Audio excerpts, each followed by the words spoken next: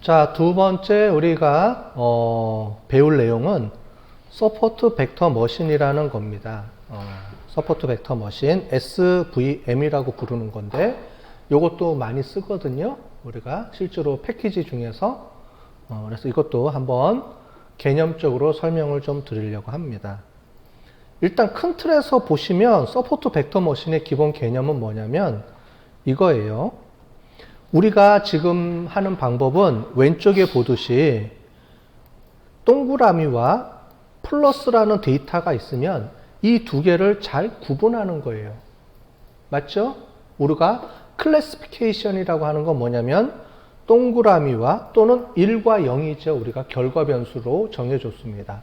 0과 1이 있는데 0과 1 또는 플러스 마이너스 또는 yes, no 이렇게 우리가 결과가 있는데 이 결과를 잘 맞추는 거예요. 잘 맞춘다는 거는 뭐냐면 여기 왼쪽에 보시는 것처럼 동그라미와 플러스가 이렇게 있을 때 이 두 개를 잘 구분해주는 하나의 선이 구분선이 만들어지는 거고요.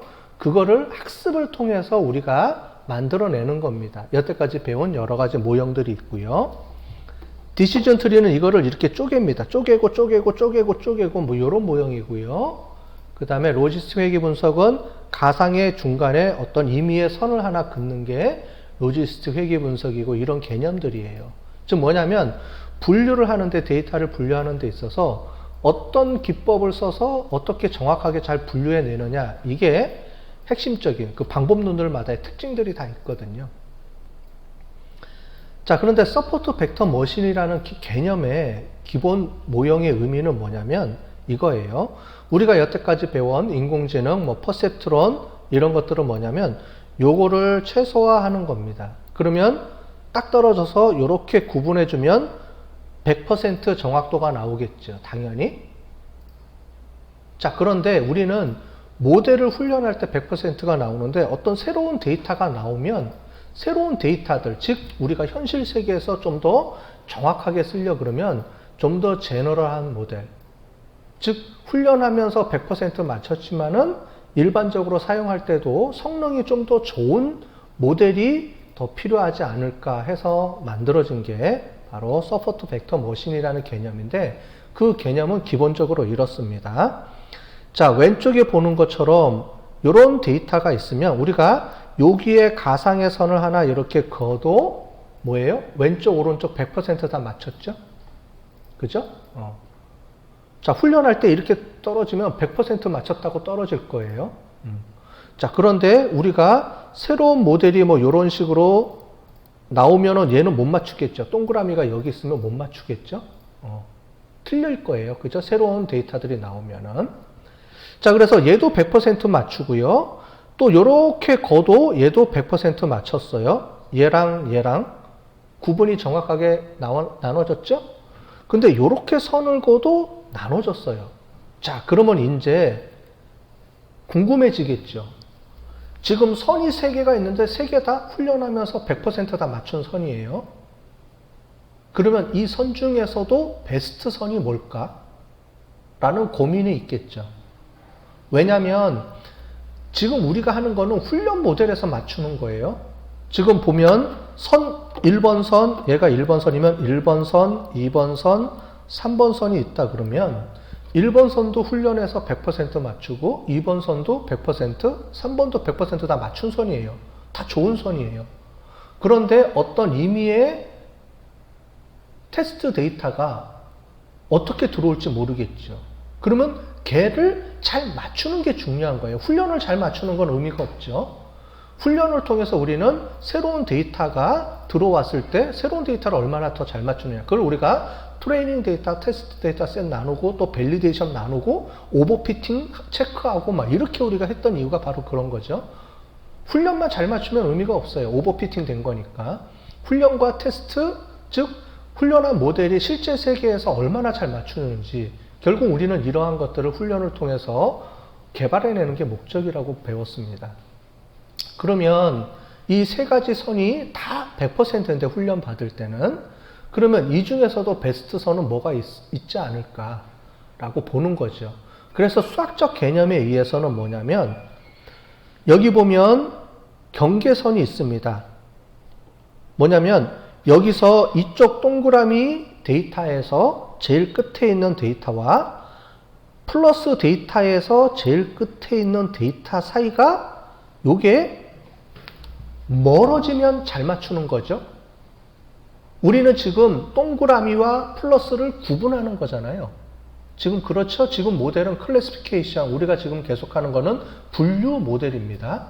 분류 모델의 의미는 뭐냐면 A그룹과 B그룹을 잘 구분해 줄 수 있는 어떤 모형을 만들어내는 건데, 이 개념에 봤을 때 왼쪽에 있는 그림으로 보면 세 가지가 다 좋지만 그 중에서도 이 세 가지 선 중에서도 뭐가 베스트일까? 얘를 찾아내는 게 궁극적인 목적이에요.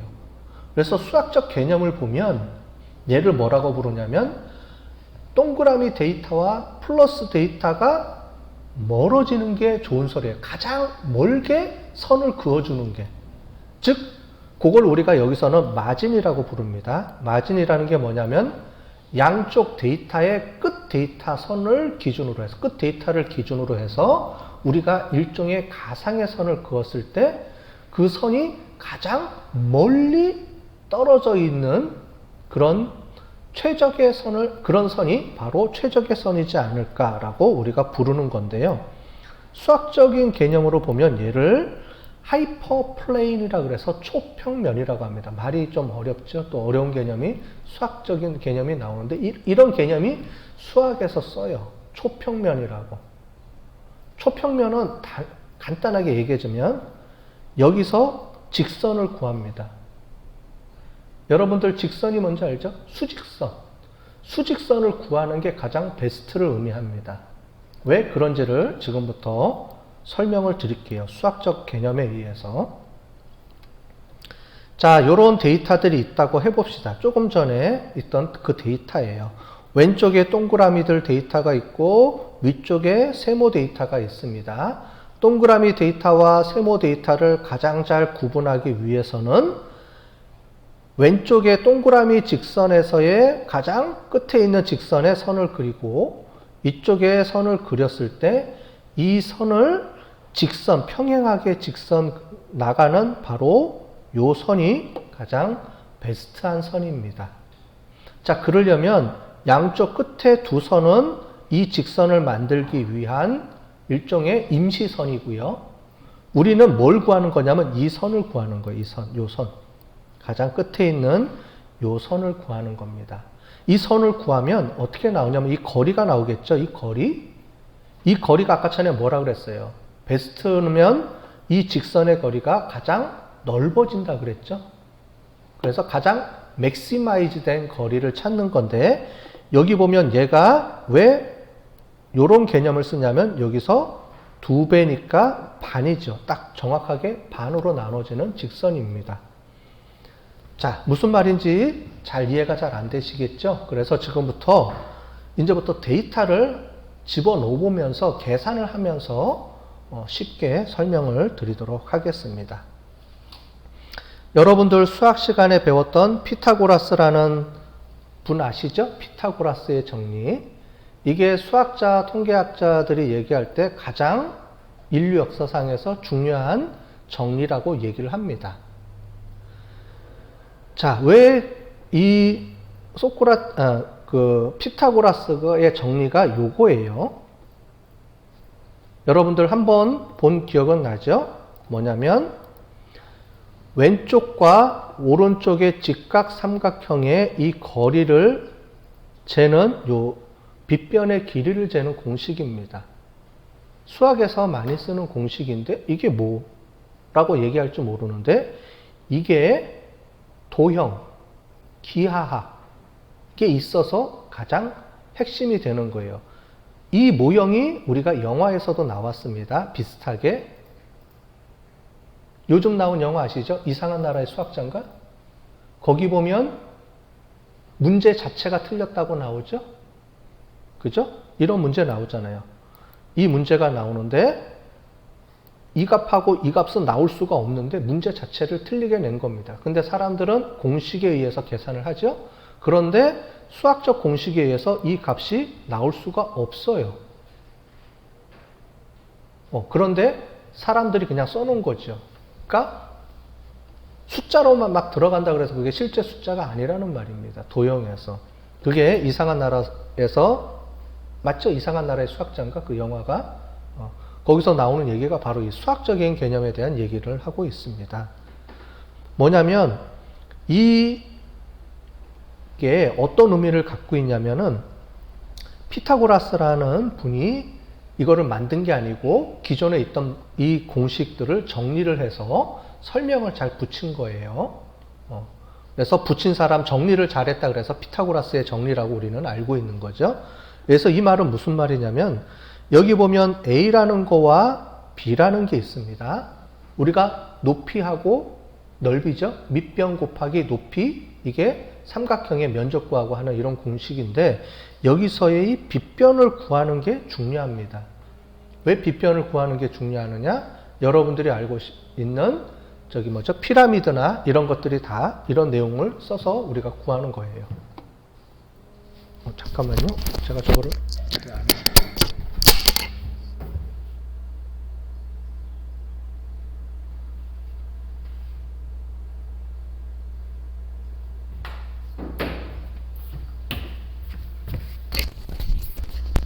진동으로 해놨는데도 소리가 크네. 요즘 배터리가 너무 좋은 것 같아요, 성능이. 그죠? 자, 이게 왜 중요하냐면, 여기하고 여기하고를 구하는데, 이게 뭐냐면, 거리를 구하는 거예요. 여러분들이 배우셨죠? 우리 이미 배웠습니다. 그래서, 이 거리 구하는 공식에서 씁니다. 그래서 얘는 이렇게 증명이 된다라고 해서 이렇게 증명이 돼요. 뭐냐면 여기서 A의 면적과 B의 면적을 다 더하면 이렇게 이 면적이 이렇게 들어가고 이렇게 들어가기 때문에 C의 면적이 나와요. 그래서 C의 자승은 A 자승, B의 자승이 되는 거고 C만 구하려고 그러면 자승을 없애주기 위해서는 루트 씌워준다고 우리가 배웠죠? 루트를 씌워주면 A 자승 더하기 B의 자승에 루트 씌워주면 요 거리가 나옵니다. 요렇게 우리가 구하는 거예요. 그러면 여기부터 여기까지의 거리죠. 자, 이게 왜 중요하냐면 여러분들 저하고 제일 앞에 있는 친구하고 거리를 어떻게 잴까요? 줄자로 재요? 줄자로 재야 되잖아. 그죠? 근데 그렇게 안 하고 좌표만 있으면 거리를 잴 수 있습니다. 어떻게 재느냐? 이렇게 잽니다. 자, 우리가 보는 이런 거예요. 이게 밤하늘의 별을 잴 때부터 시작해서 모든 사물이나 이런 것들에 대한 거리, 도형 거리, 이런 거 잴 때 다 씁니다. 피라미드 하는 것도 마찬가지고 다 이렇게 거리를 재는데 이게 무슨 말이냐면 우리가 알고 싶어 하는 거는 P에서 Q까지의 거리예요. 거리. 그런데 우리가 직선은 거리를 쉽게 구할 수가 있죠. 맞죠? 직선. 그러면 여기부터 여기까지예요. 그럼 얘가 3이고 얘가 5면 어떻게 돼요? 5-3이니까 얘는 이만큼이 떨어져 있는 거죠? 맞죠? 이거는 다 더하기 빼기잖아요. 그죠? 얘는 여기가 2고 얘가 3이면 여기는 1만큼 떨어져 있는 거죠? 근데 중요한 거는 이 거리가 아니고 우리는 얘랑만 알아요. 직선 거리만 주로 알죠. 직선 거리는 우리가 쉽게 구할 수가 있으니까 좌표 평면으로 찍어도 마찬가지고 아니면은 줄자로 재더라도 직선 이렇게 거리 재는 게 쉽습니다. 왜냐하면 도형이라든가 기하학에서는 직선 거리는 다 구할 수가 있어요. 컴퓨터로 쉽게 구할 수가 있고 근데 문제는 직선이 아니고 여기부터 여기까지의 이게 거리예요. 실제로는. 우리는 이걸 알고 싶은데 이거하고 이거를 알아요. 그거를 해결해 준 게 피타고라스의 정리입니다. 이게 엄청나게 중요한 발견이에요. 그래서 인류 역사상 가장 위대한 수학적 증명이라고 얘기들을 하고 있습니다. 이게 없었다면 우리는 거리를 못 재요. 줄자 갖고 재야 되는 거예요, 맨날. 근데 가까운 거리야 우리가 줄자로 잴 수 있지만 엄청나게 떨어진 그런 거리들 이런 것들을 어떻게 다 재겠어요? 그죠? 근데 우리는 좌표라는 개념만 알고 있으면 좌표에서 직선 떨어진 이 넓이에 곱하기 높이라는 요 두 가지의 거리를 재면 빗변의 이 거리, 우리가 사선의 거리를 쉽게 잴 수가 있고 컴퓨터로 이거를 쉽게 구현해낼 수가 있습니다. 얼마나 대단한 발견인지 모릅니다. 그렇게 해서 이렇게 우리가 구하는 거예요. 그래서 거리 구하는 공식을 보시면 다 이렇게 되어 있습니다. 나중에 뒤에 우리가 군집 분석, 그 다음에 모든 거리 구하는 공식은 다 피타고라스의 정리를 씁니다. 이해되셨어? 그래서 이 좌표, 그래서 항상 이렇게 써요. 여기서 여기를 빼준 거에 자승, 그 다음에 두 번째 빼준 거에 자승, 이렇게 구해줍니다.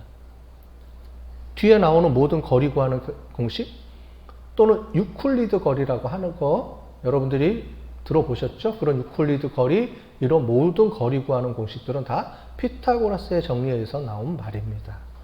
자, 그래서 이렇게 거리를 재는 거죠. 자, 그러면 우리는 이제 이런 공식을 이용해서 이렇게 재볼까요? 여기부터 여기까지의 거리를 재는 겁니다. 그죠? 만약에 여기 아까 전에 데이터들이 여러 개가 있었는데 이 데이터들을 가지고 한번 거리를 구해볼게요. 여기서 여기 짧은 거리를 잽니다. 그럼 어떻게 돼요? 여기서 여기까지 2에서 1이니까 여기까지는 얘는 1만큼 떨어져 있고 얘는 2만큼 떨어져 있죠? 하나, 두 개, 얘가 하나. 그럼 얘는 어떻게 돼요? 1의 자승, 2의 자승 해서 루트 5가 딱 떨어지는 거죠. 여기가. 이해되시죠? 이렇게 해서 우리가 거리를 재는 겁니다. 이거를 뭐 소수점으로 바꾸는 거는 컴퓨터가 알아서 소수점까지 체크해줘요. 이거는 뭐 여러분들 아시다시피 무리수죠. 무리수, 유리수 뭐 이런 개념이 들어가는 거니까. 그래서 이렇게 우리가 거리 구하는 공식이 쉽게 나옵니다. 됐죠? 그러면 도형에서 이렇게 나올 수가 있어요. 이건 넘어갑시다. 여러분들도 좀 헷갈리니까. 여기서 우리는 요거를 우리가 중요하게 하는 건데, 이 노름이라는 게 있습니다. 이 노름이라는 게 모든 거리의 값들을 다 더해주면 이거에 대한 전체 거리가 나옵니다. 얘를 다른 말로 노름이라고 부르는 거예요. 수학에서 쓰는 용어입니다. 우리는 노름이라고 안 하고 보통 그냥 거리라고 하죠. 거리. A와 B 사이의 거리.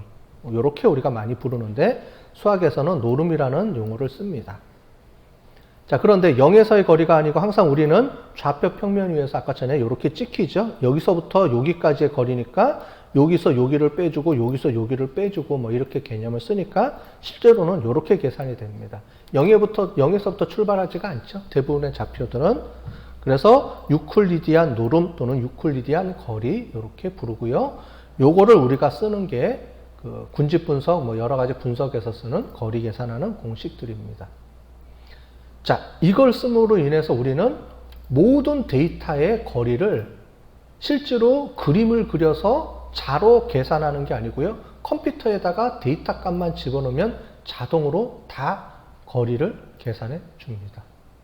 컴퓨터로 가지고 손쉽게 계산이 돼요. 그래서 컴퓨터가 얼마만큼 이게 쉽게 이런 거리들을 계산해 줄 수 있게 만들어줬는지 이거를 통해서 우리가 알 수가 있죠. 자, 그러면 이런 개념을 구해가지고 이 거리를 구해주는데 이 거리를 구해주고 거기에 직선을 우리가 구해주는 요거를 구하는 건데 이것부터 초평면이라고 부르는 걸 구해주겠습니다. 이 초평면은 여기서부터 거리가 가장 먼 가운데 직선을 의미합니다. 그럼 어떻게 구해주는지 한번 볼게요. 자, 두 점 이렇게 지나는 벡터를 이용을 합니다. 그 다음에 여기서 직선을 구해주면 이렇게 평행선이 될 거예요. 그리고 이렇게 직선을 구해주면 됩니다. 직각, 직각, 직각. 그죠? 그랬을 때 우리가 구한 요 직선 있죠? 요 직선이 우리가 알고 싶어하는 최적의 훈련 값입니다. 요 직선을. 그러니까 우리가 원하는 건 뭐냐면 요 직선을 찾는 거예요. 이 직선이 여기 있는 데이터들과 여기 있는 데이터들을 가장 잘 멀리 떨어뜨리게 만들어주는 가장 최적의 그 직선을 의미하기 때문에 그렇습니다. 자, 지금부터 덧셈 뺄셈을 좀 해볼게요. 덧셈 뺄셈, 곱셈 나눗셈. 자, 그래서 이렇게 한번 해볼게요. 만약에 이런 데이터들이 막 여기가 세모들이 있고 동그라미들이 많이 있어요. 동그라미들이 있으면 어떻게 찾냐면 여기서 세모 중에 동그라미 중에 가장 둘이 가까운 두 점을 찾습니다. 그러면 얘가 되겠고 얘가 되겠죠. 그죠? 여기 있는 동그라미들이 많이 있을 거예요. 이런 동그라미들, 이런 세모들이 있으면 구하는 공식은 이 직선의 가장 베스트한 서포트 벡터를 구하는 거예요. 그러면 요거에 얘가 필요가 없고 얘랑 얘랑이 가장 거리가 짧죠. 거리가 짧다는 건 어떻게 구해요? 우리가 아까 전에 피타고라스 정리 거리 공식 구하면은 가장 거리가 짧은 게 딱 금방 계산되죠? 숫자만 집어넣으면 다 나오잖아요. 그죠? 숫자 구하는 공식에 의해서. 다 나오죠? 그러면은 자연스럽게 지금 우리는 눈으로 그래프를 찍어보니까 쉽게 구하지만 이렇게 그림을 안 그리고서도 데이터 돌려서 데이터 숫자로만 가지고서도 이렇게 거리를 우리가 알 수 있다는 겁니다. 그렇게 해서 나온 거예요. 자, 그렇게 해서 이렇게 구하고요. 그러면은 얘를 우리가 플러스 1이라고 해봅시다. 플러스예요. 세모지만 플러스라고 해봅시다. 플러스 1. 그리고 얘는 0 또는 마이너스 1을 주겠죠. 구분을 해줘야 되니까. 그래서 이렇게 주는 겁니다. 플러스 1. 세모는 플러스 1이라고 우리가 코딩을 짜고요. 동그라미는 마이너스 1이라고 코딩을 짠 겁니다. 우리는 숫자로 0과 1 또는 1, 마이너스 1로 우리가 구분을 해줘야 되니까 그렇습니다. 맞죠? 그렇게 해서 요렇게 되는 요 직선을 구해서 초평면을 구해주는 거예요. 그냥 개념만 이해하세요. 여러분들 수학적인 개념을 이해하려고 하시면 안 되고. 그래서 어떻게 해주느냐?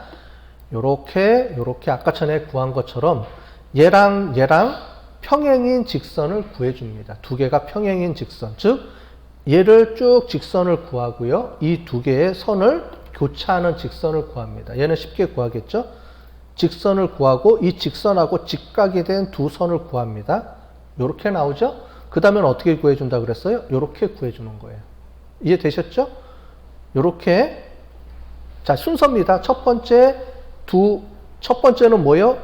이 여러 개의 데이터 중에서 가장 가까운 두 개의 점을 찾아내는 겁니다. 세모 중에서 가장 왼쪽에 하단에 있는 세모, 동그라미 중에서 세모랑 가장 가까운 동그라미, 이 두 개는 피타고라스 정리에 의해서 구해주면 노름, 즉 거리가 가장 작은 두 개의 점이 나오겠죠? 알 수가 있죠? 금방.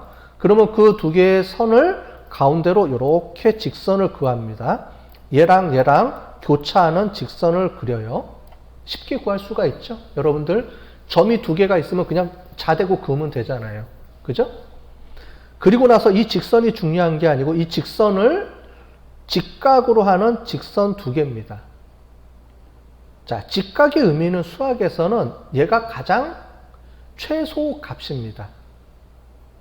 직선의 의미가 그래요. 베스트한 값을 찾을 때 우리가 직선을 구합니다. 뭐냐면 이것도 설명해 주려면 또 한참 기니까 그냥 넘어갈게요. 왜냐면 이거 초평면의 의미를 이해하기 위해 하려고 그러면 또 수학적으로 개념을 또 설명을 해줘야 되니까 그렇습니다. 이걸 우리가 프로젝션이라고 하는데 우리 선형대수 이런 데서 막 배우면 이제 이런 개념들이 나옵니다. 그러니까 수학적인 공식이나 개념들을 좀 알고 있어야 여러분들이 이런 데이터 분석에 대한 기초 개념들을 좀 이해할 수는 있어요. 자, 그래서 이렇게 직선을 구해주면 가장 최적화된 두 개의 요 점을 지나는 직선을 우리가 찾아낼 수가 있어요. 그래서 이 위에는 우리가 1로 주고 얘는 마이너스 1이라고 줬죠. 그래서 얘가 이렇게 구해줍니다. 뭔지는 모르지만 뭐랑 막 해주면 1이 나와야 되고 뭐랑 막 해주면 마이너스 1이 나와야 되겠죠. 요 직선. 요 직선은 우리는 지금 몰라요. 요 값들은 몰라요. 요 값들은 모르기 때문에 우리는 요 값들을 찾아내야 됩니다. 아까 전에 우리가 2배죠? 2배니까 A와 2A가 나오겠죠. 당연히 2배니까. 가장 중간 값을 지나니까. 그래서 가운데 값이기 때문에 A와 2배 이렇게 처리가 되고 그렇게 해서 여기다가 막 집어넣으면 이런 공식에 의해서 A는 5분의 2, B는 마이너스 5분의 11이 나옵니다. 그래서 이 값들을 이용을 해서 뭘 찾냐면 우리가 중요한 건 요 가운데 직선을 찾는 거기 때문에 이렇게 요거를 집어넣고 이렇게 처리를 해주면 W 값들 찾아야 되면 이렇게 찾아주면 이렇게 처리가 되고요. 그 다음에 이렇게 값들을 여기다가 우리가 찾은 값들을 또 집어넣어서 처리해 주면은 이렇게 나옵니다. 그래서 이 직선은 x1 더하기 2x2 마이너스 5.5가 0인 직선을 찾아내는 겁니다. 이게 우리가 찾는 베스트한 서포트 벡터가 되는 거예요, 얘가. 그래서 수학적 공식입니다. 물론 이거를 우리가 뭘로 찾아주면 돼요? 패키지가 알아서 찾아줍니다. 여러분들 이런 고민할 필요도 없어요. 대신에 이런 개념이 머릿속으로 이미지로 좀 생각이 이게 떠올라야지 의미 전달하거나 이렇게 편하기 때문에 제가 이렇게 설명을 드리는 겁니다. 수학적 계산하는 거는 한번 여러분들 근데 지금 수학적인 그런 게 개념이 부족하기 때문에 좀 설명을 드리기는 어렵고 이런 식의 공식 구하는 과정 이런 것들을 수학 증명하는 거 많이 해봤죠? 중학교, 고등학교 때 뭐 그렇게 막 처리해주면 이렇게 딱 나옵니다. 그렇게 해서 이렇게 구해줘요. 그래서 실제로 이 마진을 계산해주면 어떻게 나와요? 우리가 W가 제대로 됐는지 한번 체크해 봅시다. 아까 전에 우리 유클리디안 거리를 이용해서 이미 값은 알아요. 뭐라 그랬죠? 얘가 1이고 얘가 2니까 1의 자승 더하기 2의 자승해서 1, 4 해서 루트 5라는 걸 알고 있어요. 그죠? 이미 알고 있어요. 그럼 우리가 구한 이 W가 아까 전에 구했던 요 값들이 제대로 맞는지 체크해 볼게요. W를 아까 전에 여기 요 값들을 집어넣고 계산해주면 이렇게 떨어지고요. 이렇게 나오면 루트 5가 딱 떨어지네요. 제대로 계산이 됐죠? 맞죠? 그래서 우리가 구한 이 직선의 이거와 요 거리 이런 것들이 다 검증해 보니까 다 맞죠? 그래서 우리가 요 값이 제대로 된 직선인 요거를 우리가 알 수 있습니다. 요거를 찾는 거예요. 요거를 찾는 거고 요 거리는 루트 5라는 거를 해주는 겁니다. 이미 이거는 피타고라스 정리에 의해서 이미 나온 건데 요 직선이 과연 제대로 된 건지 검증해 주려면 요 우리가 구한 값으로 요렇게 계산해 주면 값이 체크가 되죠. 서로 이렇게 나온 거 확인할 수가 있습니다. 자, 서포트 벡터 머신을 우리가 쓸 때 실제로 우리가 구한 것들은 여태까지 직선을 구해줬어요. 그런데 데이터들이 이런 데이터가 있다고 생각해 봅시다. 실제로 안에 이런 데이터가 있고요. 밖에 이런 데이터가 있어요. 이거는 직선으로 도저히 못 찾아요. 그죠?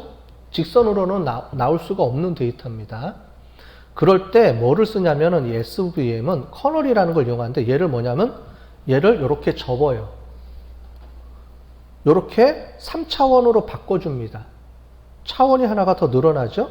가상의 차원이 하나가 드러나서 3차원으로 만들어주면 어떻게 되냐면 이렇게 공간이 만들어지죠? 그래서 얘를 이거예요. 여러분들 종이가 있으면 종이를 이렇게 접는 거예요. 이런 거 많이 봤죠? 영화에서 보면 언제 봤어요? 인터스텔라 보면 나오죠? 거리 계산할 때 우주에서 여기서 뚫고 들어가고 종이 이렇게 접는 거 같은 개념입니다. 물리적인 그런 같은 개념으로 해서 종이가 있으면 종이를 평면으로 하는 게 아니고 종이를 이렇게 공간을 만들어줘요. 이렇게 올리면 어떻게 돼요? 밑에 있는 게 밑으로 떨어지겠죠? 가상의 공간을 하나 더 붙여주면 3차원으로 커널을 만들어주면 이렇게 나오고 그 공간을 잘라줍니다. 자, 3차원을 반으로 자르면 면이 되죠. 2차원을 자르면 선이 되고요. 3차원을 자르면 면이 되고 4차원을 자르면 3차원 공간이 만들어집니다. 그게 인터스텔라 영화에서 보면 제일 마지막에 나오는 개념이 그거예요. 시간축에 공간이 쭉 연결되는 게 나오죠. 영화를 보면서도 이런 수학적 개념 알고 보면 재밌습니다. 시간축에 보면 공간들이 막 나오잖아요. 그죠? 왜냐하면 시간을 4차원으로 계산해 주니까 4차원에 그거를 자르면 공간이 만들어지거든요. 차원의 개념으로 나가면. 그래서 그 영화에서 그렇게 표현을 한 겁니다. 실제 그렇게 이해가 되신 거예요. 그래서 우리가 차원이라든가 이런 걸 보면 직선을 자르기 위해서는 어떻게 되냐면 점이 돼요. 직선은 점으로 표시가 되고 2차원을 자르게 되면 어떻게 돼요? 선이 되고 선으로 잘려지죠. 그 다음에 3차원을 자르게 되면 평면이 만들어져요. 이 이름도 하이퍼플레인, 하이퍼 초평면이라고 우리가 얘기를 하고 있잖아요. 그죠? 이런 식의 개념들이 나와서 얘를 다시 복귀를 원상복귀해 줍니다. 자, 그러면 어떻게 돼요? 얘는 직선이죠. 이 3차원에서 보면 하나의 직선면이 돼요. 겟을 풀어주면 2차원으로 다시 하면 둥그런 선으로 만들어지죠. 그려지고 뭐 이런 식으로 이용을 하는 걸 커널이라고 얘기하는데 다양한 커널들이 있고 우리는 특히 요걸 쓸 겁니다. RBF라는 커널이 가장 사람들이 많이 쓰는 커널들입니다. 그래서 뒤에 SVM 할 때 직선으로 할 때보다는 RBF 커널로 쓰는 게 정확도가 훨씬 더 잘 나옵니다. 뭐 이런 개념들 때문에 그런지 몰라도 정확도가 좋아서 SVM을 선형으로 하지는 않고 대부분 일반적으로는 RBF 커널로 많이 씁니다. 뭐 그런 정도 수준까지만 이해하시면 좋을 것 같아요.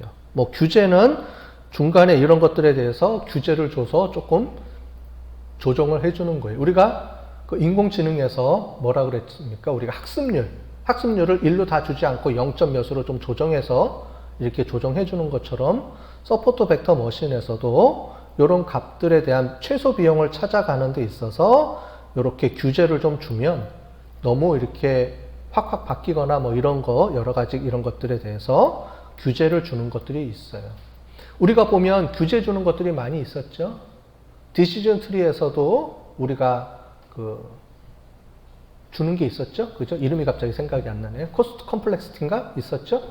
그런 것들도 규제를 주는 거예요. 그러니까 너무 이렇게 과적합되거나 이렇게 못하게 하기 위해서 약간의 페널티 값들을 좀 주면서 해주면 모형이 좀 더 안정적이고 이렇게 가기 때문에 이런 것들이 모든 분석 기법들마다 좀 있습니다. 그렇게 이해를 하시면 될 것 같아요.